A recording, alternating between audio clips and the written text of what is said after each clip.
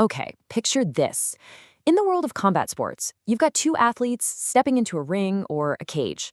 For months, they have trained their bodies to be absolute weapons, sharpening their strength, their speed, their technique. But you know what? The most decisive battle isn't always the one fought with fists and feet. Nope, it's fought in the 6 inches between their ears. And that's exactly what we're going to dig into today. So, that really brings us to the big question, right? In a sport that is all about physical force, what's the single most powerful weapon an athlete can possibly have? Well, the answer might just surprise you, because it lies deep within the science of the mind. You see, before that first bell even rings, a fighter is already deep in a war. But this opponent, it's totally invisible. It's that crushing weight of expectation, the fear of failure, the roar of the crowd, and maybe worst of all, that little voice of doubt inside their own head. Welcome to the mental battlefield. And that invisible opponent, well, it has a name: competitive anxiety. Researchers over at Queen's University Belfast define it as this negative emotional response that can just completely sabotage a performance. And we're not just talking about getting the jitters here. This is a measurable psychological state with very, very real-world consequences. So let's break down exactly what this opponent looks like. How does anxiety actually work to just dismantle a super highly trained athlete?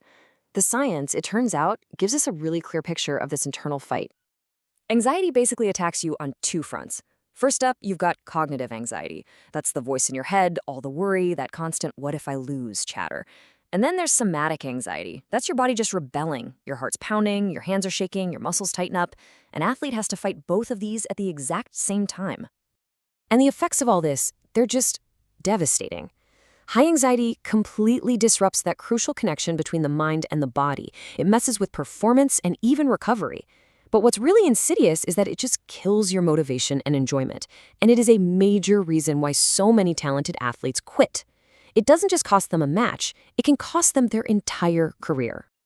Now, get a load of this number. It's staggering. Researchers who are analyzing competitive anxiety levels were able to predict the winners of karate and taekwondo matches with 62 to 79% accuracy. Just think about that. A fighter's internal state, how anxious they are, is almost as good at predicting the outcome as their physical skill. What this tells us is that managing this internal battle isn't just important, it's everything. So, if anxiety is the enemy, what's the armor? How do athletes protect themselves from this internal sabotage? Well, the answer is a concept sports psychologists have been studying for decades: forging mental toughness. So how do you build it? Mental toughness isn't about being emotionless or some kind of blindly aggressive robot. It's actually a really sophisticated set of psychological skills. It's the ability to control your emotional state, to look at a super high-pressure situation and see a challenge instead of a threat, and to hold on to your self-belief when it matters the most. The 4Cs model breaks this down beautifully. It all starts with control, not control of your opponent, but of yourself. Then there's commitment, which is the discipline to just stick to the plan, day in and day out. Challenge is the mindset that reframes setbacks, turning them into opportunities. And finally, confidence, that unwavering belief that you are capable. These 4 pillars are what build the fortress of a tough mind. And the core finding from that Queen's University study? It's so simple, but it's profound. Mental toughness has a negative correlation with anxiety, meaning as one goes up, the other goes down. And it has a positive correlation with self-confidence. This isn't just a theory, people. It's a scientifically observed relationship. Mental toughness is literally the direct antidote to competitive anxiety. Okay, so we've seen the science, but what does this actually look like in the real world, under the brightest lights? Let's take this out of the lab and into the cage. Let's look at some fighters whose careers are pretty much legendary case studies in mental toughness. First up, Dominic Cruz. For anyone who follows the sport, his story is almost unbelievable. This guy was a champion at the absolute peak of his powers, known for this totally unique movement-based style. And then, disaster struck. I mean, just consider this for a second. 4 years. That's an eternity in a fighter's career. Just gone. Injury after injury. He was even stripped of his title. Most athletes would have just retired, and no one would have blamed them. But Cruz's commitment to his goal and his ability to see this immense challenge as something to overcome is a perfect example of mental toughness in action. He just refused to quit and eventually came back to win his championship. And this quote right here, this reveals the deepest level of his mental strength. Through all that adversity, he achieved the ultimate form of control, emotional control. He completely detached his happiness and his self-worth from some external prize. That perspective, that is what allowed him to endure and ultimately to triumph. Our next example is Daniel Cormier, a two-division UFC champion whose journey to the top was paved with an almost unimaginable amount of personal tragedy and professional setbacks. The losses Cormier endured outside the cage are just heartbreaking.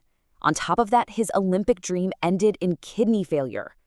He didn't even start his MMA career until he was 30 years old. Yet his commitment never, ever wavered. He faced every single challenge and climbed to the absolute pinnacle of the sport not once, but in 2 different weight classes. This quote, which he said in a really high-tension moment with a rival, it just showcases his incredible perspective. Despite everything he'd been through, he shows humility and emotional control.